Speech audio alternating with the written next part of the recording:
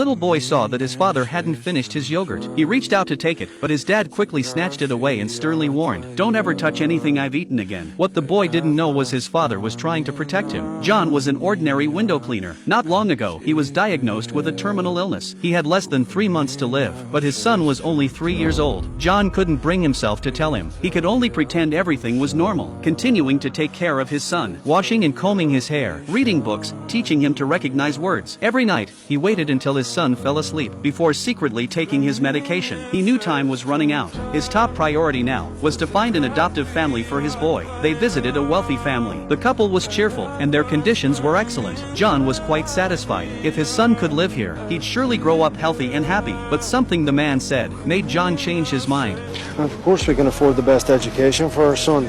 I mean, your son. It turned out they already had a biological child. John knew there would inevitably be favoritism. He couldn't risk his son being treated unfairly. As they crossed a footbridge, John asked his son, "One day, Michael, would you like to live somewhere else? In a different town, different home?" I like home. John said nothing more. He returned to the welfare agency to continue looking for the right adoptive family. The staff suggested he make a time capsule to leave memories for his son once he grew up. John refused. Why does he have to know he was adopted? We will find him a family that will be his family, his only family. He won't even have to remember how useless his parents were. His mother leaves him and then his father dies. I mean, that'll definitely fuck him up.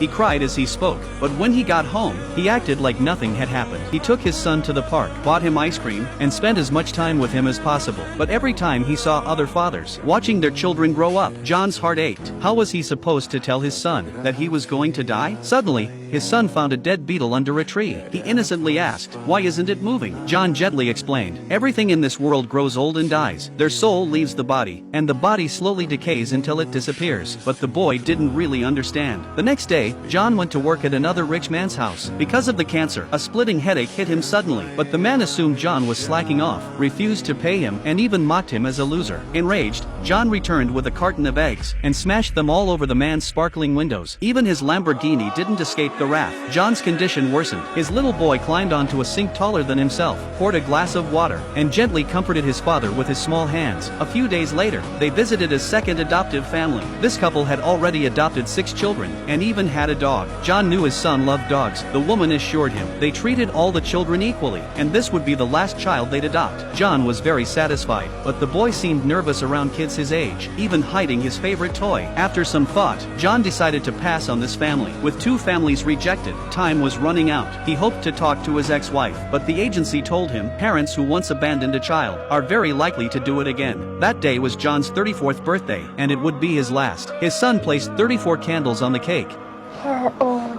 then handed him one more, as if saying, "Let's celebrate together again next year." John held back tears. He didn't know what to say. Had his son already sensed something? Soon after, John visited a third adoptive family. This one was a bit different. The woman had gotten pregnant at 16 and gave her child up for adoption. Later, doctors told her she'd never be able to conceive again. She'd regretted it ever since, and even divorced her husband in order to adopt a child to make peace with her past. But since she was single, no one was willing to entrust her with a child. As they talked, John could tell she genuinely loved children. But then his son suddenly asked her a question. When I don't die. John hadn't realized. His son remembered what death meant. On the way home, John saw an older boy and imagined what his son might look like growing up. But as his health deteriorated, time was slipping away faster than ever. This was the 4th adoptive family John found. His son stared at a bunny plush on the table with longing eyes. The man handed it to him and gave them a tour of the house. They were very well off, and John was satisfied. But just as they were leaving, the woman shot her husband a glance, and he took the bunny back from the child's hands. John's heart sank. If they couldn't even part with a toy, how could they be expected to love his son wholeheartedly? On the way home, the boy asked John, What's adopt, Daddy? Adopt is when a child cannot be looked after by his mommy and daddy, and so he can go and live with 2 nice new parents who can give him a new loving family home. I don't want to adopt. After asking, he started walking along a line on the ground. When they got home, John also walked along the painted line on the road, but after only a few steps, his body began to sway. He was too weak to keep his balance. Even pouring juice made his hands tremble uncontrollably. John knew his time was almost up. He visited the cemetery to get familiar with his future home. He transferred his car to a colleague. Whatever time he had left, he wanted to spend it with his son. He took his boy to an amusement park. They rode bumper cars, ate cotton candy, all things his son had never experienced before. That night, John asked his son to change into the new clothes he had bought, but the boy seemed to sense something. No matter what, he refused. For the first time, he defied his father's wishes. He even threw all his toys around the room in anger. Seeing this, John smiled. He didn't want his son to grow up too obedient. Finally, he took the agency's advice and prepared a time capsule. He wrote 15 letters, one for each of his son's birthdays to come. Inside were photos of the two of them, the only photo of his mother, his work cap, and his window cleaning tools. This was the last love a dying father could leave his son. The next morning, his son woke up early. John took him across the city to the home of the single woman. Seeing her warm, kind smile, the boy said nothing. He looked up at his father and saw him smiling back. The boy remembered what his father had said to him that night.